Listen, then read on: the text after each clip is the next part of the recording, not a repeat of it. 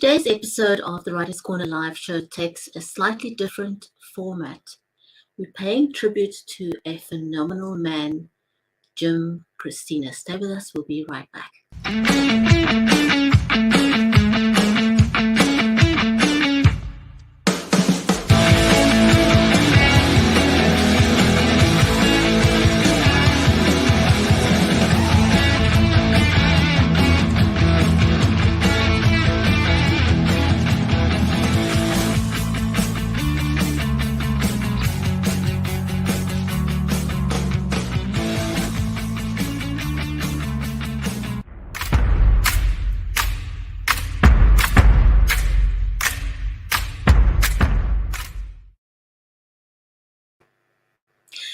Jim Christina was an author, a publisher, musician, playwright, poet, talk show host, and all-round nice guy.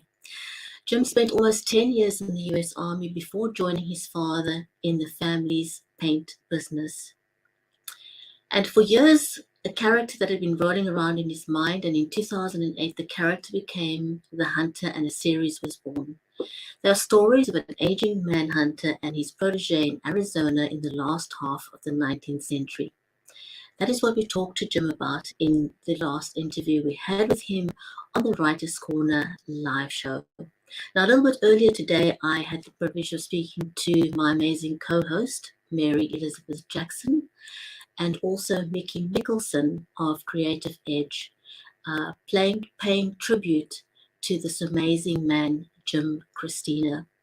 We recorded that as well as the interview that we had with Jim on the Writers' Corner live show. And we want to share that with you in honor of Jim. Our hearts go out to his wife, Jerry, and also his partner, Richard, as well as everyone who worked with Jim. So here's the recording of the conversation with Mary and Mickey Mickelson earlier, and also the interview that we had with Jim on the Writers' Corner live show.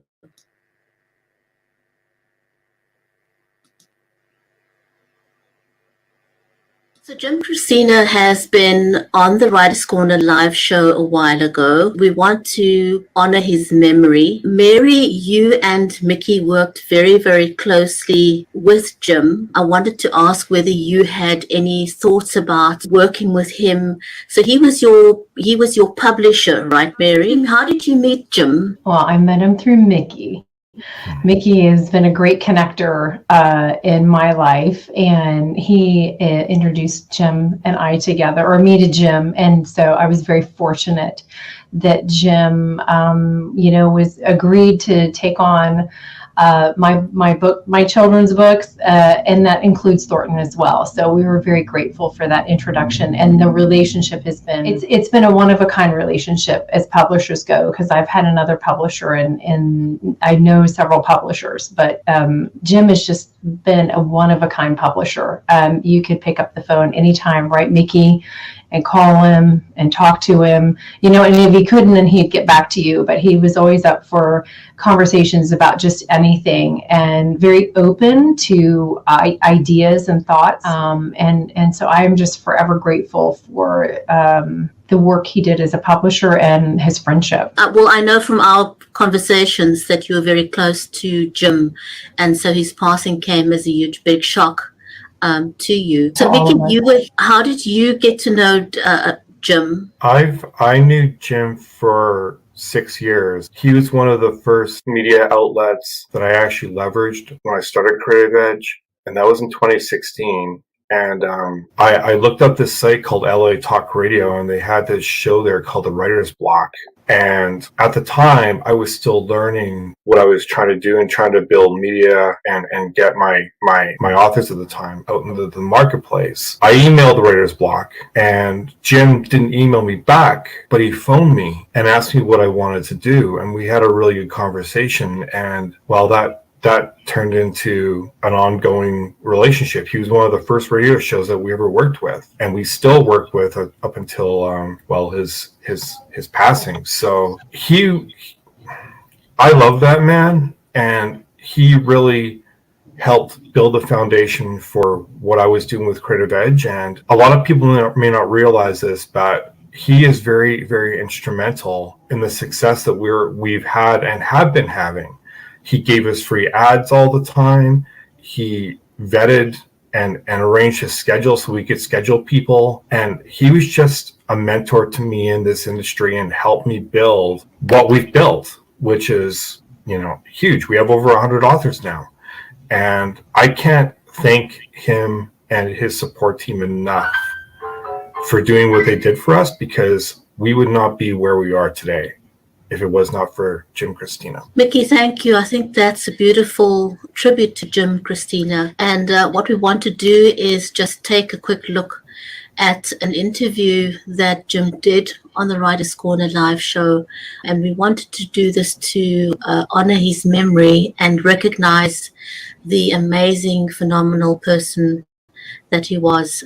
Mary, did you have any final words before we run the interview? I just know that he's going to be he is and will be missed by all of us, right, Mickey? I love that man. And I know. Sunday was a shock as well when I found out. And he will not be forgotten at all, because if I have to, I'll make sure. But people are going to remember him for what he did in the media business, for what he did in the writing business.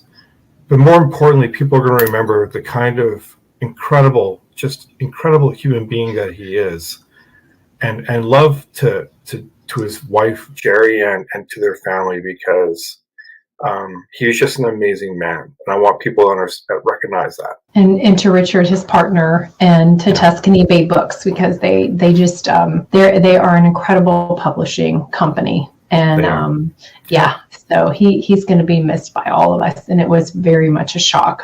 He's a larger than life. He's like a guy from the West that was like this huge cowboy, right, Mickey? And his personality was just so large. And, he was a great mentor and a great friend too. So he will be very missed by all of us. I love you, Jim, and I hope to see you again someday. I know I will see you again someday. Thank you, Mickey, and thank you, Mary.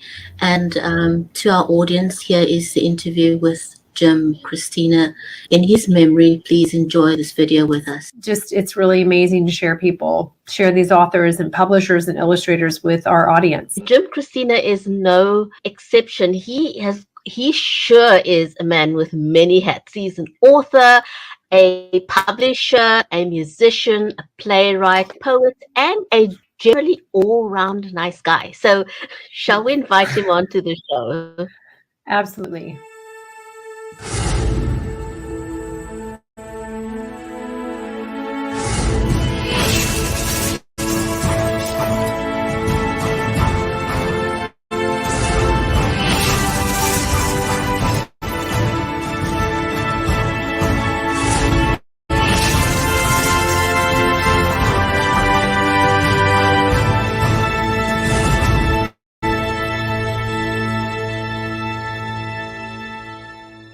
So please,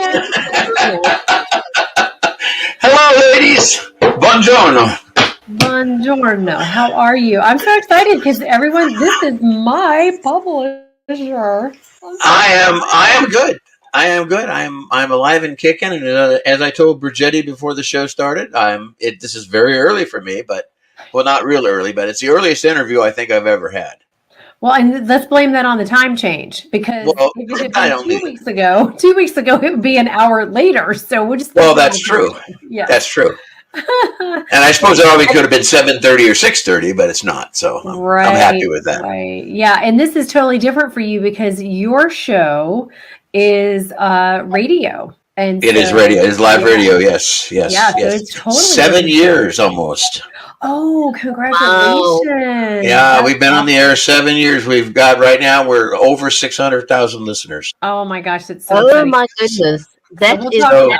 It's like we tell everybody, it's not a schlock radio show. Wow, that is amazing. Jim, how did I'm always curious to know how people got started as an author. You're doing so many things. You're a publisher, you're a poet. your love for words come from? What was your inspiration? Was this something your parents inculcated in you, or was it something that you just loved from a young age?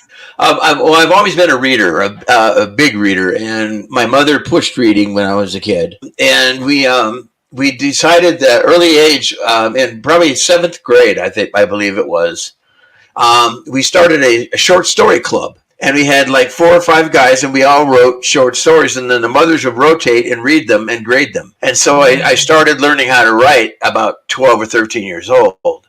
And then it kind of dropped out, and I picked up the guitar, and I started playing the guitar, and then I started writing my own music when I was 17, 18. And I became a full-time, not a full-time, you never give up your day job, much like a writer. But we were professional full-time musicians, if you say that, with a grain of salt and a smirk on my face. But we played all over the Northwest, and we had a great band.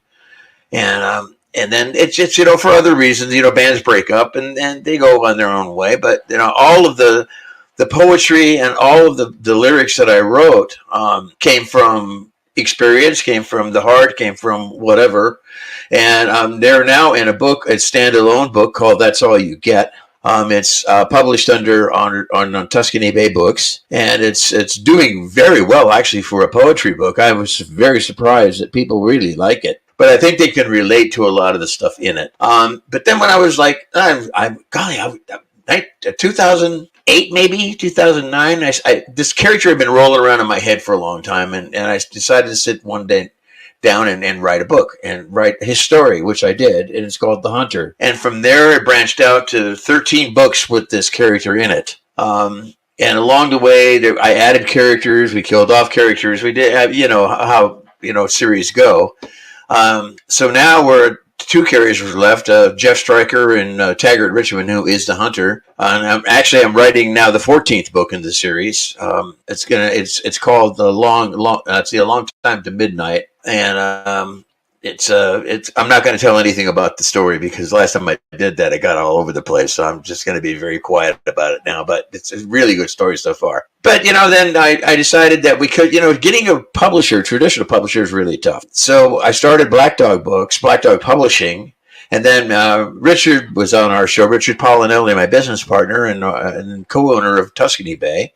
I had put together his own publishing company, Tuscany Bay Books. So at lunch one day, over margaritas and chips and salsa and fajitas, we merged the 2 companies, and that was 7 years ago. And since then, we've become pretty good. I think a fairly good publisher as far as books go, and we definitely have a really good imprint in Tuscany Bay Books, and it's becoming very well known. So that's a long story short, I suppose.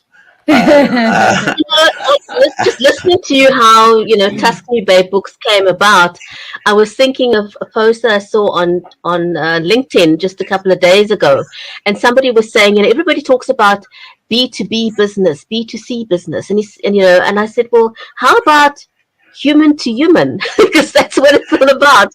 That's how things happen, right? Yeah, it was a chance meeting where Richard was booked on our show, and he came in, and then he was booked again, and he became a co-host on our show. And we just, it was just it was just a really natural thing to combine the 2 companies. It's good when you can find somebody that you work really well with. Like Brittany and I work really well together, and And like Thornton and Klein and I, as writers, we work really well together creatively. And, that's important. Obviously, it either makes or breaks what you're doing. It is. Yeah. But Richard designs the covers. He does a lot of the covers and the initial read. And then I go through a format and I'll read through again. Normally I don't read through for editing the first time, only because, especially when somebody said, well, the book's been edited. Okay. But that's not always the case. And so we catch a lot of stuff, and the authors go back and they catch a lot of stuff. And that's why, it's not a 2-week process. Getting a book out is months long, and a lot of writers don't get that. They think they're going to cha-ching in their pocket, within 2 weeks of writing the book. And if they give up their day job and expect they're going to make money writing, good luck with that. Right. Unless you're John Sanford. Right. Yeah. You can't go into it for that reason. You have to go No. into it for the love of it. Right. And, and I will say my experience and Thornton's experience with you and Richard has been just top. We have a great relationship. We do. So you do want to have a good working relationship with your publisher. I want you to touch on the radio show that you do because, Jetty introduced you and we know you have all these hats, but the next hat that you wear is, you have a radio show. That you talk show host. Talk show host for 7 years. Right. It's a show we do on LA Talk Radio live every Thursday at 6 p.m. Pacific. We talk to authors of all kinds.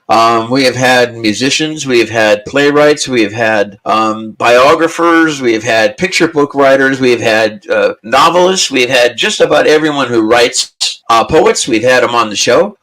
And we learn as much as they do. And our show is geared towards new writers. So we try to get as much information out of these writers as we can during the course of 50 minutes. And our show is 50 minutes long. And of course, we speak up about 4 or 5 minutes with banal banner at the beginning and the top. Usually run 2 or 3 commercials. And the rest of the time is the writers. We'll talk about anything they want to talk about. Awesome. Sometimes it's like pulling teeth to get information out of some of these guys, but I don't want to give up my secrets. What secret is that? You're a writer. Everybody does the same thing.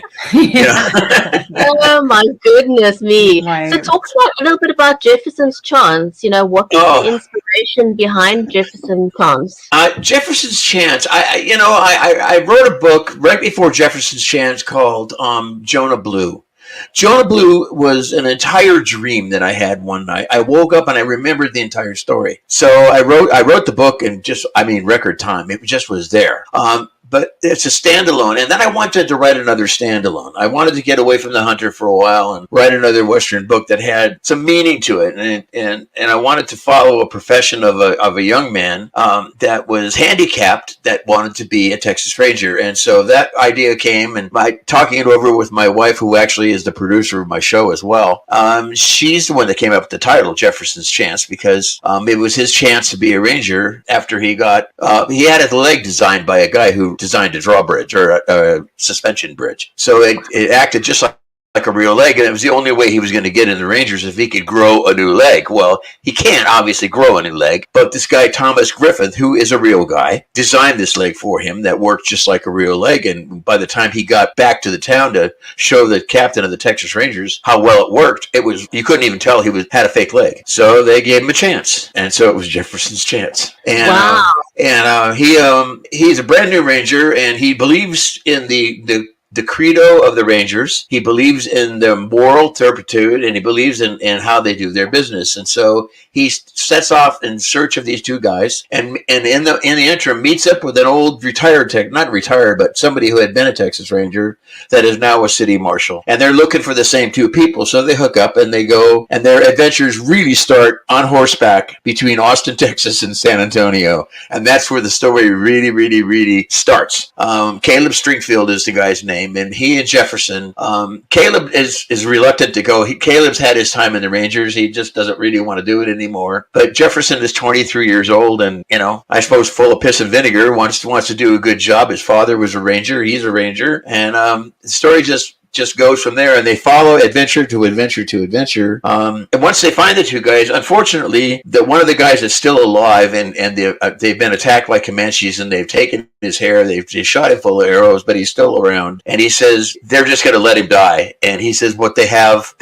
children. They took children. Okay, well now the Ranger credo says, nope, got to go after him. We have to get the children back. That's part of the Rangers' creed. So Caleb says, well, I've done that. So Jefferson says, okay, have a nice day. And finally Caleb catches up to him and says, you're going to get me killed, right? It's that kind of a conversation. But they follow these Comanches until the final showdown in about 3/4 of the way through the book. But and the rest of the book is taken up with Caleb taking Jefferson back to his mother's ranch because he has been killed in the fight. I love this story. I love it. I've read it, and Jim and I laugh because my mother read it, and she is, how do I put it politely? She is just a real critic of books. She's read so many books in her life. She has done some editing work. She's doing some editing work now. She found one typo in all of Jim's book. She was just so excited about that. His book is absolutely one of her favorites, and she has read, she's a big fan of Jim's. So I think we'd love for you to read for us, wouldn't we, Brigetti? There's a couple of spots in here that I think would be appropriate.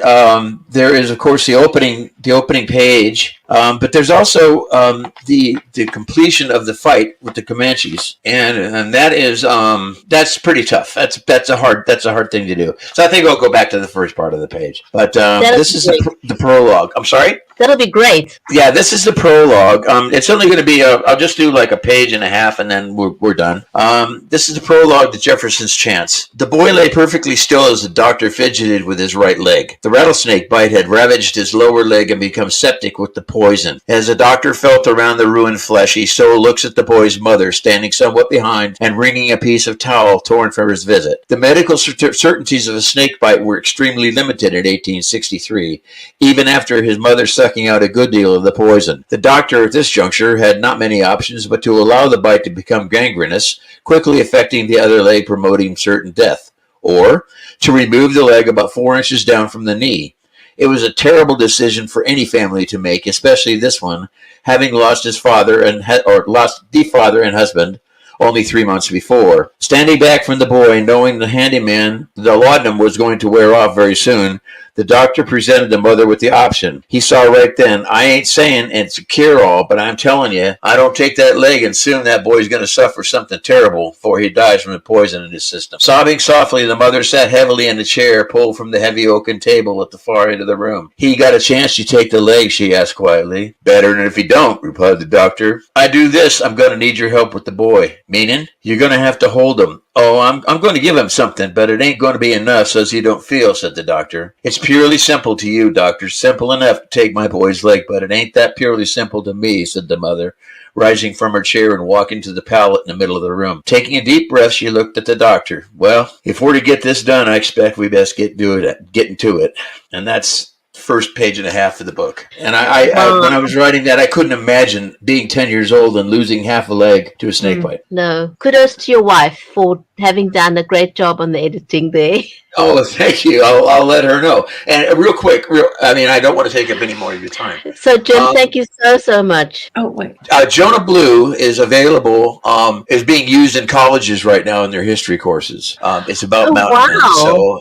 So if you're interested in reading Jonah Blue, it's about mountain men. And it takes a young boy, it takes him from mountain man to a guide of discovery and then into a rancher in Montana. So covers 30 years of his life. Tish is watching us over on Amazon Live and she wants to know if Jefferson's Chance is available on audio yet, Jim? No, Jefferson's Chance is being worked on for audio by Henry Park. It is not done as of yet. It's a tough book to do, so Henry's having a little bit of problems with it, but he'll finish it. Other than that, no. Okay, 100%. So what I've done is I've actually put both books in the description for the show with their links to Amazon. So if you're watching the show, the links to both books are in the description for the broadcast. So go and grab a copy on Amazon. And as Jim just said, the audiobook is being worked on. It'll be released at some point in the future. Yep. But thank you very much again. My pleasure. Jim. Thank you for inviting me. It was fun. It was fun. Good. Thank you, Mary. Thank you. Thank you, Jim. Thank you. You're welcome. You're welcome. You ladies have a great day. Thanks very much. We'll see you back on another episode of the Writers' Corner live show.